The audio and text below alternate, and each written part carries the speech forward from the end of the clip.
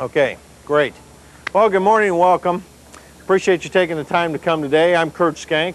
I'm the product manager for the crop production group, and my primary focus is on the new and future product lines. It gives me an opportunity really to work with a lot of the new technologies that exist in the marketplace and will exist, figure out how to integrate them into our product line and bring them out into more productive products for your customers. With me today is Terry Snack. Good morning. Terry's a marketing specialist. His primary focus is on applications and how to get maximum performance out of the crop production products. And really, Terry brings a great deal of experience with him because he's a user, a cyclo user. Terry. Worries me. Every time he holds that pause a little longer and a little longer.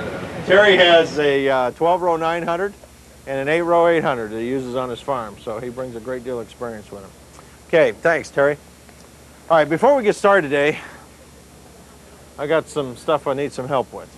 All right, we have been out and taking a look at competitive planter companies with the idea that we may buy one of these companies and bring it into our product line and accelerate our planter program. We've contracted with an outside research company to go out and gather information for us on what we perceive to be the 3 premier companies that we would like to bring in. Now, we've collected this data and we've reviewed it, but this show has been an excellent opportunity to start getting exposure on this information to the dealers and the salesmen. Because fundamentally what we want to do is, as dealers and salesmen, we want you to feel comfortable with the direction we're headed, and we want you to help us take a look at which one of these product lines you would best want to represent. Okay? Now, we went out and looked at this product line in 3 areas. We concentrated on emergence, yields, and productivity, because we felt that those would be the things that would enhance the cyclo planter lines as well as anything else. Okay? I'd like to share some of that data with you. One thing about research companies, they give you lots of charts and graphs. Okay? Now, I said we went out and we crossed all 3 popular farm practices. We looked at conventional, mulch-till, and no-till farming practices. And I do understand that there are other row crop crops in this industry besides corn and beans, but those are our primary drivers for this study, okay? Now, we also have listed A, B, and C because I want you to be looking at this data for its real statistical value and not to be forming opinions based on the names of the companies or what you've heard about them, okay? So, with that, I'll clear this information as quickly as possible. In conventional corn practices, we found that planter company A had about a 1% emergence advantage over company B.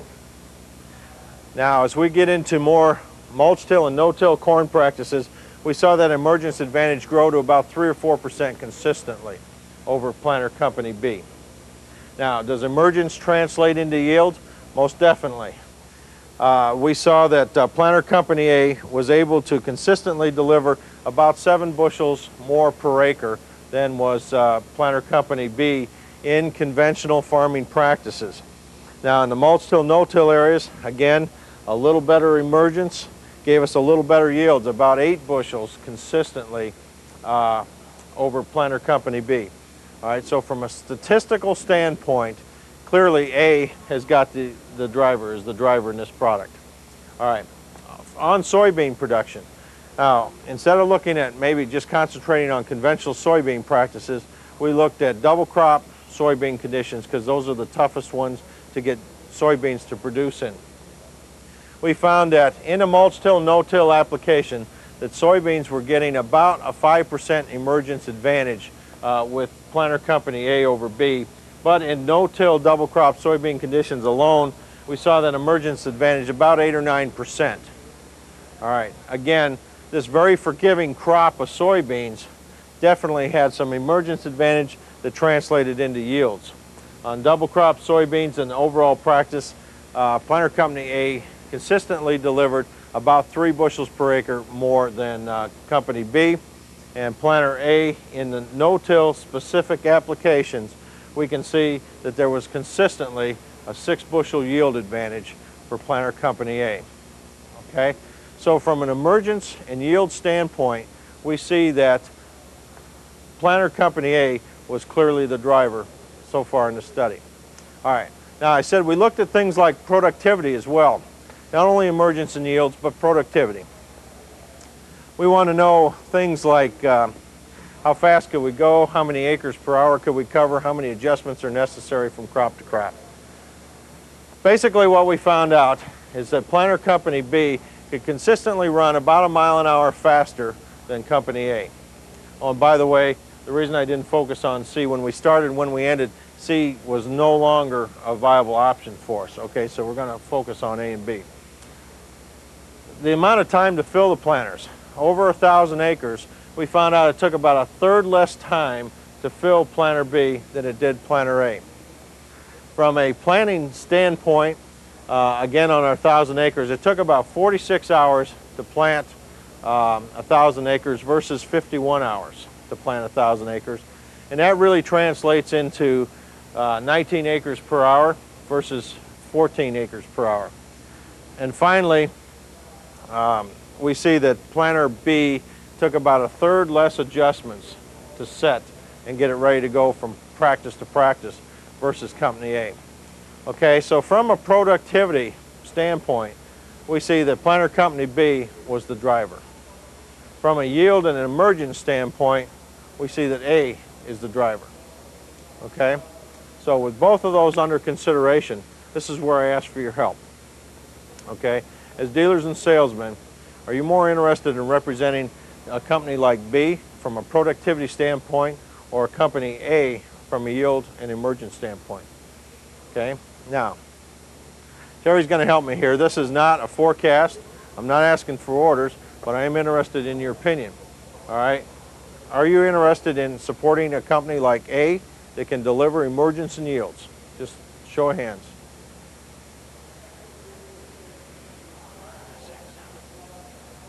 12. 12? Okay. How about a productivity standpoint? We got one? Not voting? I'd want to integrate the two and come up with the best planter. There you go. You want I both? want to integrate the two planters and come up with the best planter. He wants to integrate both of them and come up with the best planter. All right. So I have one abstention. Sort of. Kind of. Okay. All right. All right. Let's talk about who these guys are and how they're going to fit into our organization. All right. This is the one most people go after because the emergence and the yields are, this is bottom line dollars and cents to the producers, isn't it? It's something you can get your arms around and you can talk about to the producers. This is important stuff, okay, but it's really tough to put dollars and cents to this. Okay, now this year, this amount of time planning was probably pretty important, but again, translating into dollars and cents is kind of tough. Okay, if you chose planter company A, you chose the International Harvester 800 cyclo air planters. Okay? Now, for those of you that chose B over here, I switched the colors on the charts. This is also the International Harvester cyclo air planter. Okay, so we do deliver both into the marketplace. Emergence, yields, and productivity. Actually, that's three things, isn't it? Okay, emergence, yields, and productivity. All right, you've been very patient. I didn't mean to trick you. This really wasn't a trick, but we want you to start thinking about things that planters have to deliver to producers other than focusing on one aspect, okay? Planters have to be able to deliver a precision-controlled environment to get this kind of yield response in corn and beans and other row crop crops, okay? There's more to it than one aspect. All right, let's take a look at who the rest of these guys were. B is deer. On this chart over here, A is deer. Okay, now what has deer changed since 1982? This 12-year-old stuff, what have they changed? They came, vacuum, right? They came with the vacuum metering system. All right, they came with the vacuum metering system because they didn't have a way of singulating soybeans. All right, but it really doesn't have an effect on corn. I mean, their production of corn was unchanged from their vacuum to their finger. All right, now, technically, we could say that B's Kenzie. I mean, that's kind of what we're looking at here. We got the finger pickup system, and we got the John Deere row unit, okay, and really B is Kenzie, okay, in maybe the truest sense. All right, C is the old AC. How many remember the AC quad disc? Okay, it's being brought back to life by a company called Landau. Landau Quad Disc is now out there merchandising the old AC planters. Same tooling, same metering system, and that's what they're bringing to the market today. Okay, so how do we take 12-year-old data and sit down and talk with high production farmers in the 1995-96 time frame? All right, well, maybe what we can do is we can start supplementing it with some new stuff that's taking place. How many of you take Farm Journal? Do you get a chance to read this thing anymore? I don't either.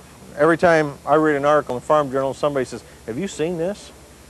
Well, that's what I'm going to do to you today. Have you seen this? Okay, this is in the 1995 January edition of the Farm Journal, and it was called Or Double's Trouble. Has anybody heard about any of this research on Double's Trouble? It's kind of interesting because this was done by an agronomist at the University of Illinois by the name of Emerson Knapzinger. And we want you to make Emerson Knapzinger a household word out there, okay? Now, Emerson Knapzinger is kind of an interesting guy because, one, he could not believe that anybody can project yields based on standard deviations. He just didn't believe it. Lots of people had tried to get a correlation between standard deviations and yields in the past and have been unsuccessful finding any relationship. And then all of a sudden there's one study that comes out and says, for every 1 inch increase in standard deviation, you can affect yield up to 3 bushels per acre. And every one of our customers and competitors grabbed a hold of that and said, I knew it was true. Okay? Now, Emerson didn't believe it. So he started to take a look at the research, and he started to understand it. And he started running some tests of his own. And basically what he found out is that they've been counting the skips. They had been taking a look at this standard deviation based off of skips. Now, if you're trying to get 30,000 plants per acre and you have skips, what's happening?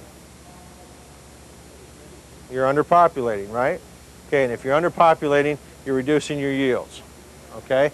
And that's what Emerson found out, that every time in all his plots when he had skips, he underpopulated or reduced his yields.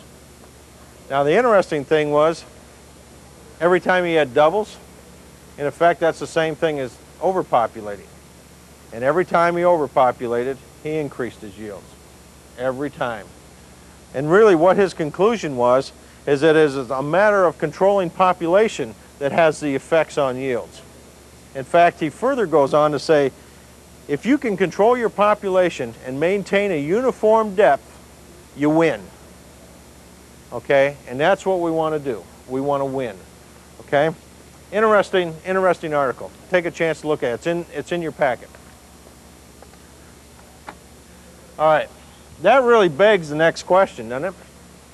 Okay, if population control is that important, how accurate are we? How accurate are the cyclo-metering systems on the basis of population? Well, believe it or not, Pioneer was very anxious to answer that question for us, okay? Pioneer runs research every year on metering systems, all the popular metering systems. And they do this so that they can take their new hybrids and make recommendations to their producers on what plates to use, how much air pressure to use, et cetera, so that their customers can get maximum performance out of their metering systems. Well, they mailed this information to 60,000 of their producers, by the way. I'm not on their mailing, wasn't on their mailing list. I am now. I read about this in the magazine too, okay? They found that the Case IH cyclo-air metering system was the most accurate metering system that they'd tested of all their hybrids. In fact, this was the standard deviation of all of the hybrids that they tested. In fact, we metered from 99.9 to 101% accuracy to population. How'd the rest of the guys do? Well, deer underpopulated about 60% of the time. Now, Emerson Knapzinger just told us if we don't get to the population, we can't get the yields. Okay? So that's an important key here. The Kenzie metering system almost consistently always underpopulated. And the white was the biggest spread of all. About 40% of the time they underpopulated, about 60% of the time they overpopulated. Okay? It looks pretty, but you're not getting the population. If you're not getting the population, you can't get the yields. That's the bottom line here, okay? Now let's take it one step farther, okay? As your top producers are getting into precision environments, okay? They're looking at spending $15,000 to put yield monitors tying into the satellites to start monitoring their yields, okay? The next step is to step forward and start controlling their inputs. They're probably going to spend another $10,000 on variable rate technology on planters and drills. All right, and as they spend this money to control this input to make themselves more efficient, which one of these metering systems do you want out there controlling the population? If that thing says I want 23,000 plants here and I want 32,000 here and 28 over here, which one of them do you want controlling the populations? Okay? It's a matter of population control that has the greatest effect on yields. Okay, let's bottom line this thing real quick. Because we take our 1,000-acre farm, we take 500 acres of corn, 500 acres of beans. This equates to a $17,000 bottom line opportunity for producers using cyclo-air planters. And this opportunity is based strictly on yield differences. All right? And the interesting thing about that $17,000, it didn't cost 1 cent more in input costs to get it. Okay? It's just because we have the ability to get the germination, the uniformed emergence, and we can translate that into yields. Okay? We have the opportunity cost. Thank you, Pioneer Seed, the most accurate metering system going. Plus, development of the precision-controlled environment to get us maximum yields in corn and beans. Okay? So, this is the up front. I'd like to bring Terry on to talk about really what has changed in the industry since 1982. Okay, Terry? Thank you, Kurt. Appreciate you sharing that information with us. Good morning. Good morning. Hey, Kurt, it didn't work that time. It's all right, right? Will you talk about how powerful the power of suggestion is? Every time Kurt talks to the groups about Emerson Knapzinger, they remember the nap part. Kind of doze off there, right? Well, as you can see from the information Kurt shared with you, back in 1982, the International Harvester Early Riser Planter established quite a benchmark, a standard, if you will, by which all other planters were evaluated. But you know, Kurt, there's one thing that kind of concerns me about one of those statements you made there near the end of your presentation. Wait a second, I messed up in my microphones. What's that? Well, when you said nothing much had really changed since 1982? Yeah. What's changed? I mean, these all look the same. I'm missing my cues, excuse me. What's changed? Well, I guess when you look at it from the competitor's point of view, I mean, really these row units haven't changed since 1982. You're exactly right there. But when you think about the field conditions, the tillage practices, I mean, just look at the environment that these planters and drills are being asked to work in. I mean, they're working at much, much faster ground speeds than they did in the past. They're working in much, much heavier residues than they were in the past, and they're working in much tougher soil conditions. You're on. But you know, when you think about it from a seed's perspective, what really has changed? I mean, whether that seed is in a conventional till seed bed or a minimum till seed bed or a no-till seed bed, aren't the basic requirements for plant growth and development exactly the same? I mean, doesn't that plant still need light? Doesn't it still need heat units? Doesn't it still need water? I mean, just because the tillage practices changed doesn't mean that the requirements for plant growth have changed at all. As a matter of fact, university studies have proven that there are actually 6 key ingredients that contribute to the ultimate seedbed environment. What Kurt talked about earlier, the precision-controlled seedbed environment. Probably one of the best analogies that I could make. Anybody in this group like desserts? Cakes, pies, cookies? Yeah, let's see a show of hands.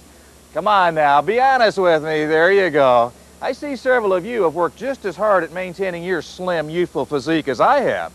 When you think about it, a seedbed has a lot in common with a cake mix. This happens to be my personal all-time favorite, German chocolate cake. I love the coconut and the nuts and the icings here. What are the ingredients inside of this box? What are the ingredients in a cake mix? Anyone, just shout them out. Flour, I heard. Anything else? Sugar, lots of sugar and calories, right? Anything else? Salt is in here, exactly right. Anything else? Baking soda, right. And what is this? Some of these things like zinc dialkyl dithiiophosphate. Isn't that what we put in Hitran, Roger? I believe, and probably a little atrazine in here, who knows what else, but a lot of, somebody said baking soda and salt. Gene, we put salt in a cake mix? How much salt did your mother put in a cake mix? Oh yeah, now we all know our mothers are better bakers than our wives, right? Of course, you never tell, you married, Tim? Oh, well, you learned that real early. You never tell your wife that or you don't get no more cake, right? Yeah, Gene, you've been there, haven't you? Remember that old brown crock stone jar Mom used to keep up there in the cupboard on the second shelf right next to the stove? When she was making a recipe like this cake that needed salt in it, she'd open that cupboard door and she'd reach up there and she'd take just a pinch, wouldn't she? What's the most important ingredient in this cake mix? Is it the flour or the sugar that we use cups full of? Or is it the baking soda or the salt that you just use a pinch of? What's the most important ingredient? The icing, there you go. Man after my heart right there. They're all important, aren't you? Did you ever take a case mix that didn't have baking soda in it?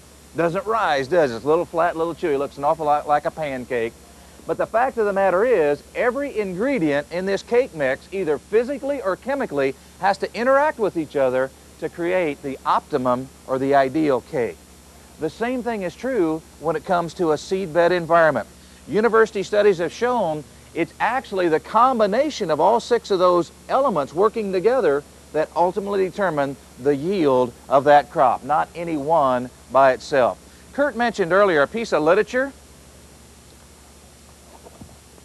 This is the new piece of early riser literature that's in your packet. And in this piece of literature, on page number 11, is an explanation of those university studies.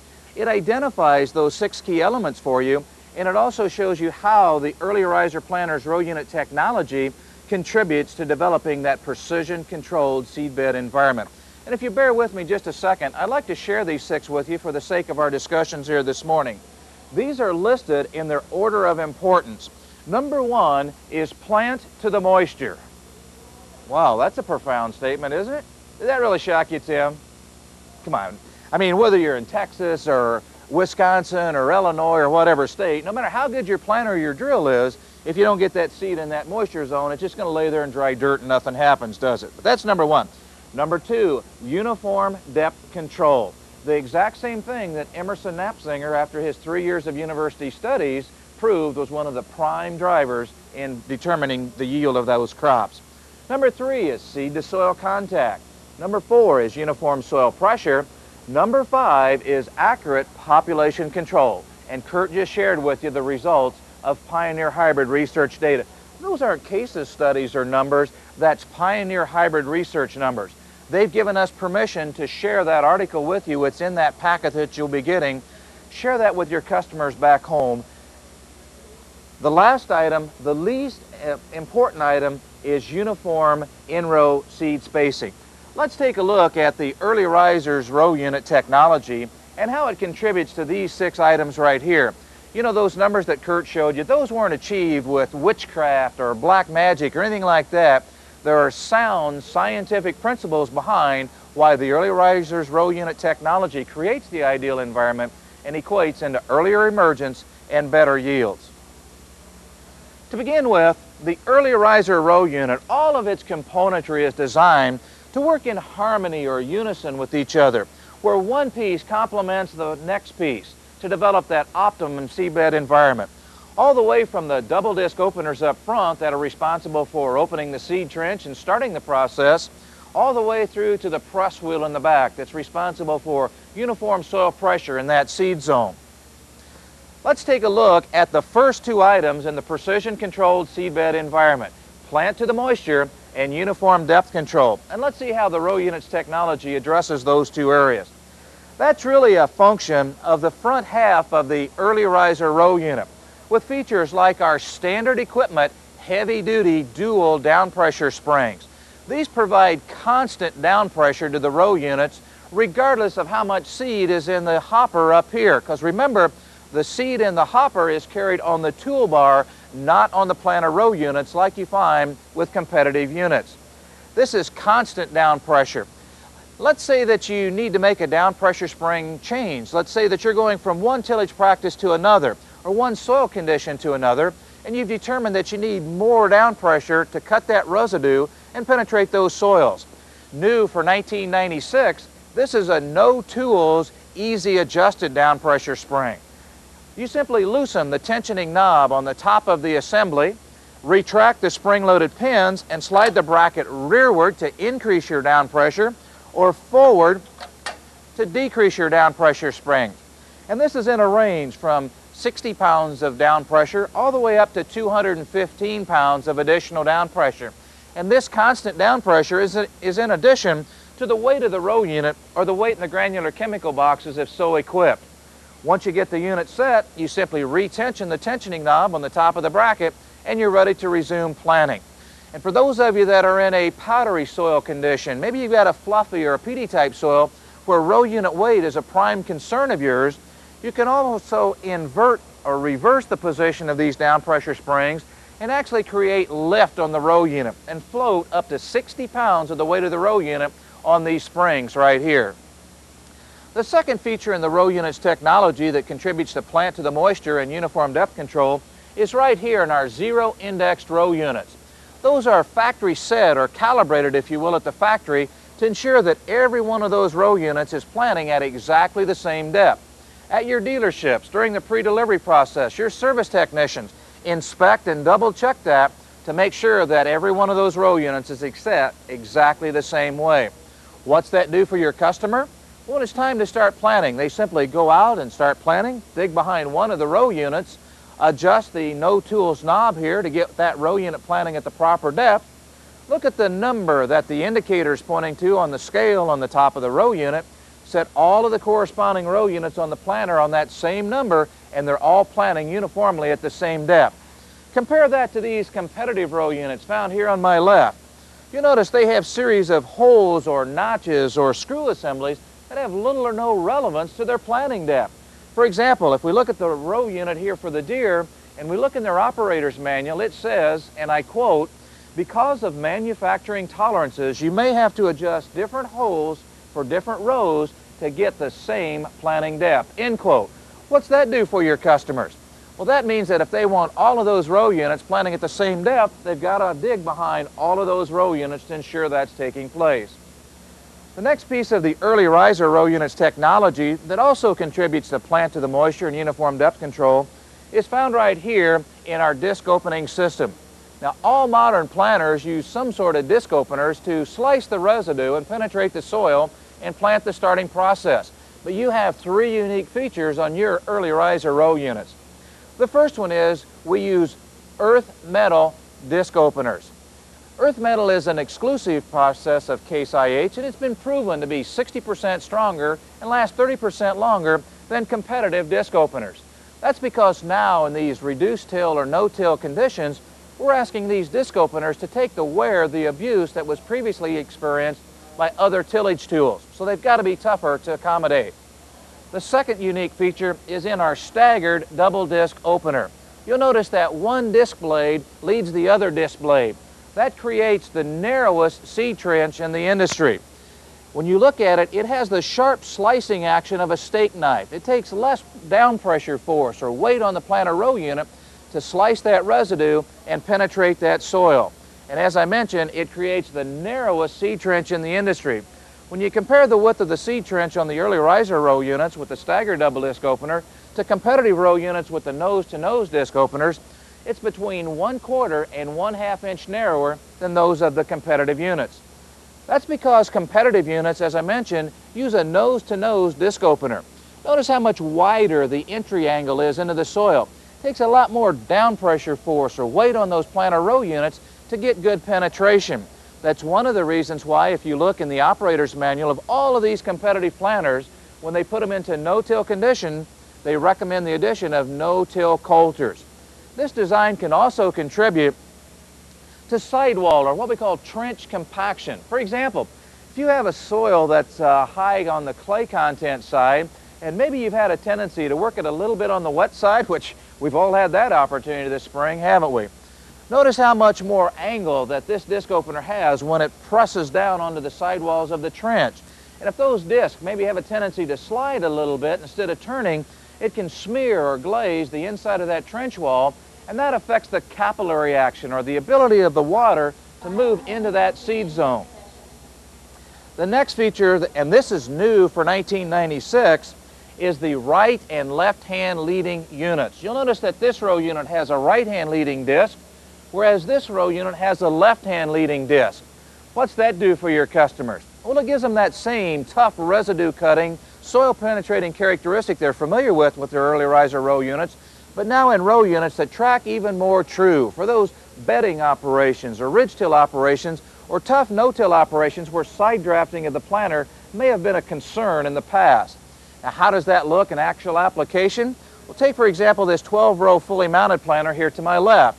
You'll notice that all of the row units on the left end of the toolbar have right-hand leading disc openers on them, where all of the row units on the right-hand end of the toolbar feature left-hand leading disc openers on them, so that those two forces work against each other to neutralize or eliminate any side drafting, not only in the row units themselves, but in the planter toolbar.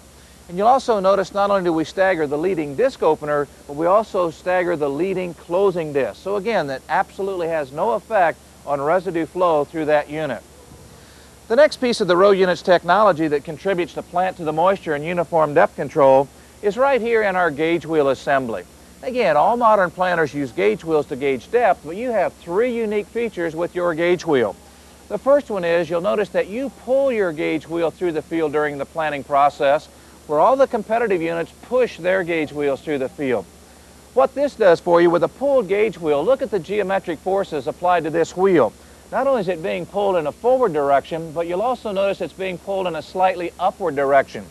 That creates less rolling resistance for this wheel, so it rolls more smoothly. There's less row unit bounce. It has less of a tendency to jam or wedge into a rock or a clod if it would hit one in the row. Where with a push gauge wheel, not only is the force forward, but it's also downward. It creates much more rolling resistance, more of a tendency if it hits a rock or a clod or an old corn root ball to wedge it or jam it into it, and the net result is much more row unit bounce. This contributes to some of the faster ground speeds with the early riser row unit than we saw with the competitive units and those productivity numbers that Kurt shared with you earlier. The next unique feature on the gauge wheel is right here in our soil saver groove. What this does for your customer is as these disc openers pull that moist soil up from the bottom of the seed trench, it's captured right here in this soil saver groove and laid down or deposited on each side of the seed trench. Now hold that thought for just a minute. We'll talk about what we do with that soil a little bit later when we review our closing disc. The third unique feature is the equalizing action of our gauge wheels. These gauge wheels are independent of each other, which means they operate independent, but they also work in unison with each other through this equalizing bracket on the front of the row unit assembly. So as one wheel rises when it hits an object, it transfers the gauging action to the opposite gauge wheel, and they equalize the distance that each travels. The net result that your customer sees is that this row unit only rises half the height of the object that it hits. Compare that to the non-equalizing gauge wheels found on competitive row units here, where whether they hit that object with the right or left gauge wheel, the whole row unit rises the entire height of the object that it hits. One other new feature for 1996 is found right here in the pivot pin that the gauge wheel arm pivots on. This has been increased in size to a full 1 inch in diameter. It's now heat treated for even greater strength and reliability, particularly in those applications where you use the dual gauge wheel option. The next piece of the row unit's technology contributes to seed to soil contact, and that's right here with our patented exclusive furrow firming point. You'll notice that the furrow firming point is narrower than the disc openers, and it's also recessed above the lowest point of the disc openers. There's absolutely no cutting action from the furrow firming point. All of the cutting action is done with the disc openers. But rather, the function of the furrow firming point is much like its name would imply. It simply firms the loose soil that's left at the bottom of the seed trench by the double disc openers. You see, all double disc openers leave a little mound of loose soil at the bottom of the trench because they don't meet at the bottom, they meet at the front. With competitive units, they plant their seeds on this type of a soil profile. Sometimes their seeds will fall to the bottom of the trench, or sometimes they may land on the top of the W. This not only affects their uniform planting depth, but it can also affect their plant to moisture depending where the moisture is in this seed zone. But the function of the furrow firming point is simply to slide through that open trench before the seed is dropped to reshape this loose soil into this nice true V profile. And this does a couple things for your customers. Number one, regardless of whether they're planting small seeds or large seeds, it ensures that the seed falls to its lowest physical point in that V, thus ensuring good seed-to-soil contact. And number two, structured soil has the ability to move water, translocate water, much more readily than loose individual soil particles which have no pore spaces between them. So this has improved capillary action. This is where the registered trade name early riser planter comes from. If you plant with an early riser and a competitive planter on the same day, because of this improved capillary action, you'll actually see faster germination, quicker emergence, which equates to yields from the early riser row unit. The next piece of the row unit's technology contributes to not only seed-to-soil contact, but uniform soil pressure, and that's right here in the closing disc arrangement. These are staggered inverted closing discs. They're staggered where one disc leads the other, so that again, better residue flow through the units. They're inverted, which means they're wider in the front than they are in the back. And this does a couple things for you. Number one, remember we talked earlier about that moist soil that the gauge wheels laid on the sides of the trench? These inverted closing discs take that soil and roll it back into the trench first, much like a wave in the ocean rolls, so that that last soil out of the trench is the first soil back into the trench. And that leaves your soil moisture profile virtually undisturbed. We said they're wider in the front than they are in the back. The combination of the spring action applied from the top and the narrow in the back disc creates a little bit of a squeezing action to firm that soil, ensuring uniform soil pressure all 360 degrees around that seed. The last step in the process is right here in our gauge wheel design, in our press wheel design. You'll notice that it's a spring-loaded press wheel, so it follows the soil contour, ensuring good firming action, getting those air pockets out of that seed zone, but not packing action like you might find with pinch wheels. You'll notice that it's a soft-centered press wheel, so that you have kind of a mound profile. It sheds water better, reduces erosion, and helps to activate chemical. You'll also notice the standing rib in the center and the chevron cleat design to the side. That creates what we call cracking slits or relief zones right above that seed zone. So if you do have a soil that maybe has a tendency to crust after a light shower, those young seedlings have a relief area to emerge through. You know, at Case Company, we're always evaluating the performance of our row units versus competitive row units. Sometimes in very tightly controlled scientific settings, like we see here with this engineering unit, where all of the competitive row units are mounted on the same toolbar, with the same tractor, the same field, the same driver, even have went so far as to create separate drives for each of the row units. So there's absolutely no way that the performance of one row unit can affect the performance of the row unit next to it. The only variable here that's being tested is the performance of the row unit by itself. Magazines, periodicals are also constantly evaluating our performance. Kurt plugged Farm Journal earlier. I'll plug Successful Farming here. This is their February edition of Successful Farming, where they ask customers like yours to help them validate their research and information. They tested all of the modern row crop planters, even some of the newer entries in the market, like the Great Plains and the Dawn, for not only performance and productivity, but ease of adjustment, versatility, and value for their dollar. Interesting reading in this magazine article as well. You know, another thing that's changed a lot since 1982 is the tremendous outgrowth of attachments and options that are needed on competitive planter row units to get them into no-till conditions. For example, when you look at all of these row units, they all look pretty much the same. They feature nose-to-nose disc openers, pushed gauge wheels, and some sort of a pinch wheel arrangement. So while we'll look at the Deere specifically, the same information is found in the operator's manual of the Kinsey and White as well. In the Deere operator's manual, when you're going into no-till conditions, the first attachment or option that they recommend is the addition of their heavy-duty down pressure spring option. That's a $115 option to give them the same down pressure force that's standard equipment with the early riser planter row unit. The second attachment or option they recommend is the addition of their walking gauge wheel attachment. This fits between the gauge wheels and gives them equalizing action to more uniformly control their depth. This is a $37 option plus installation. That's standard equipment with the equalizing gauge wheels of the early riser planter row unit. The next attachment they recommend in their operator's manual is the addition of their heavy-duty cast pinch wheel design.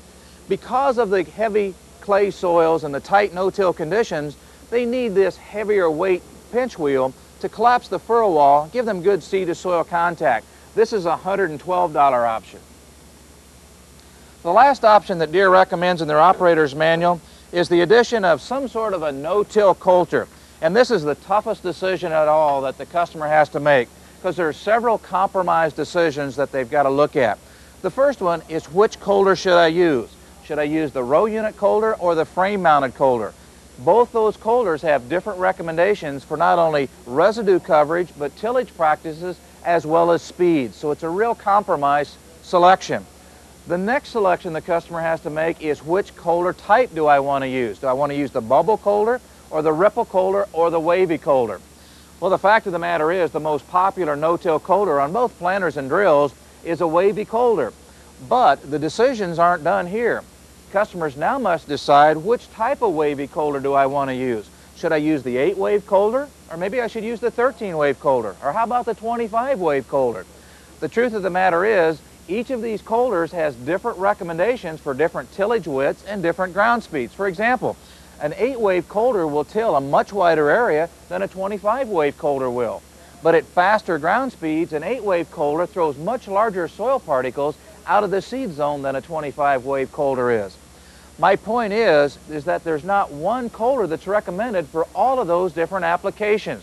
So the customer's got to make a compromise decision. How many times are they going to be planting in the same residue levels, the same soil types, and the same ground speeds through all of their planting process? They've got to make a compromise decision.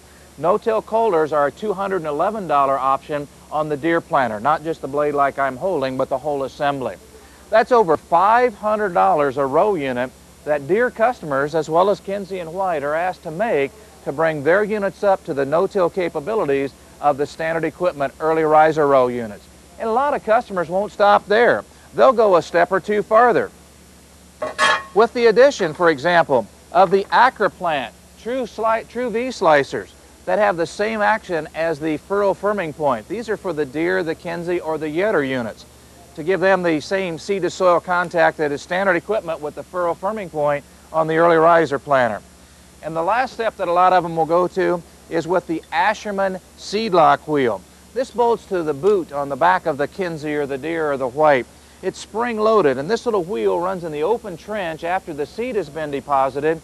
And what its purpose is to take this seed and to push it down into this loose soil for good seed-to-soil contact. But you and your customers both know what happens to this little wheel when it gets into a little bit of a moist or sticky soil type.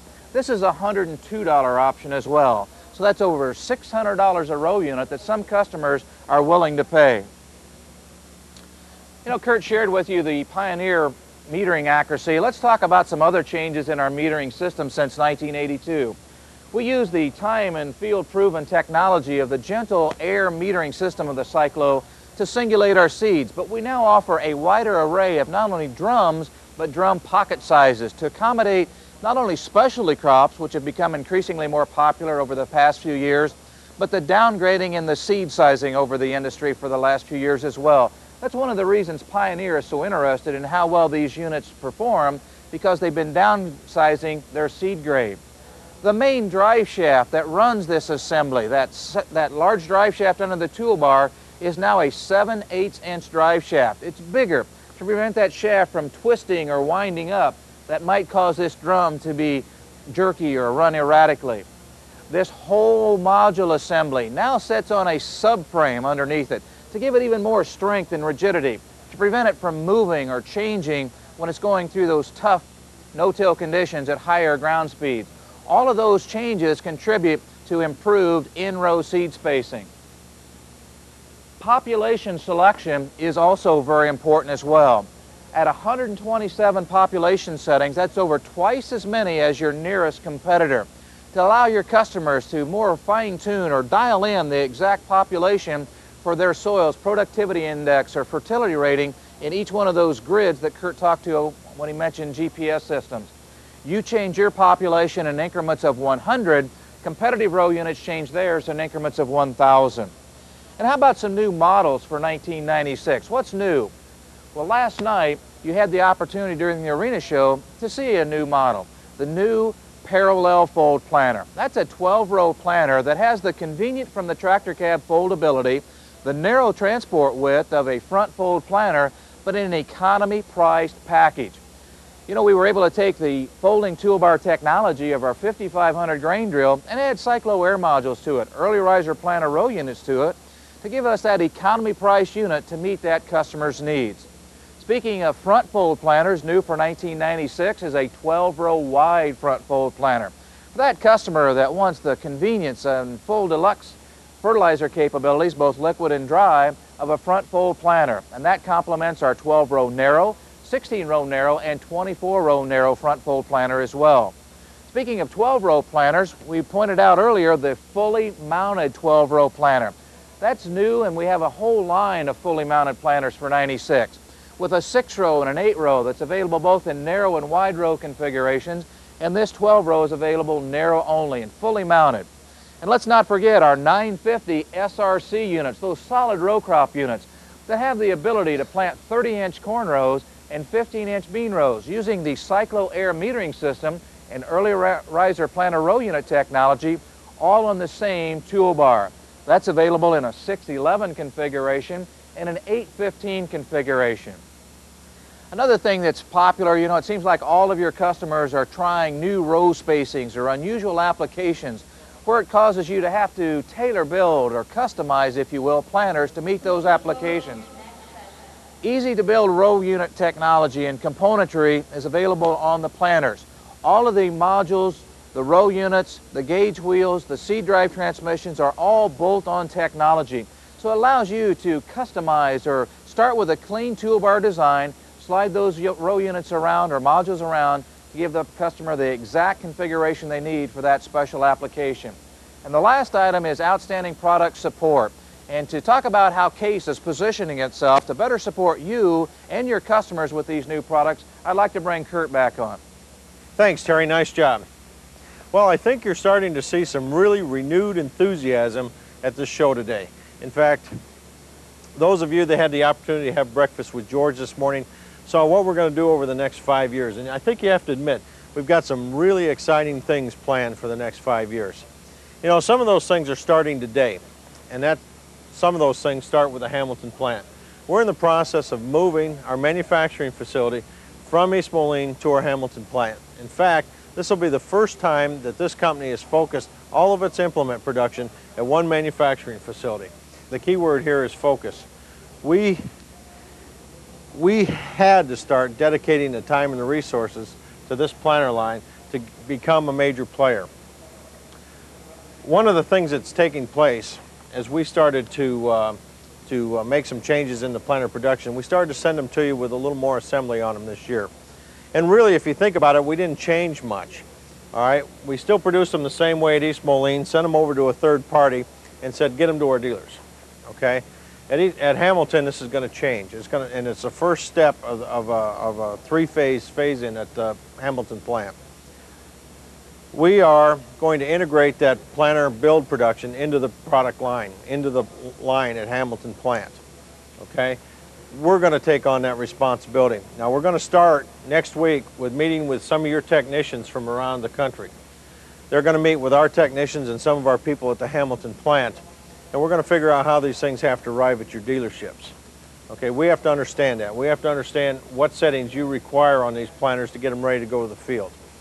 All right, the second phase is we're going to take the dedicated line people at the Hamilton plant that are going to build a planter out to the field and teach them what a planter is. And teach them how important it is into the production process that these customers are going through. So that they understand more than just the one or two little pieces that they're going to be manufacturing. We want them to understand what the whole planter concept is. And finally, we will go into full production starting in late September. So that's a three-phase phase-in that we have planned at the Hamilton plant.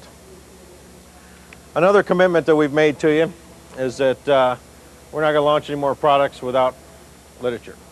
We understand that just getting the iron out to you isn't enough. All right, you have to have a full support package to take place so you can sit down with your customers and review what's new and exciting about the products we're launching. If you haven't had a chance to see it, this is the early riser literature. It's an excellent piece of literature.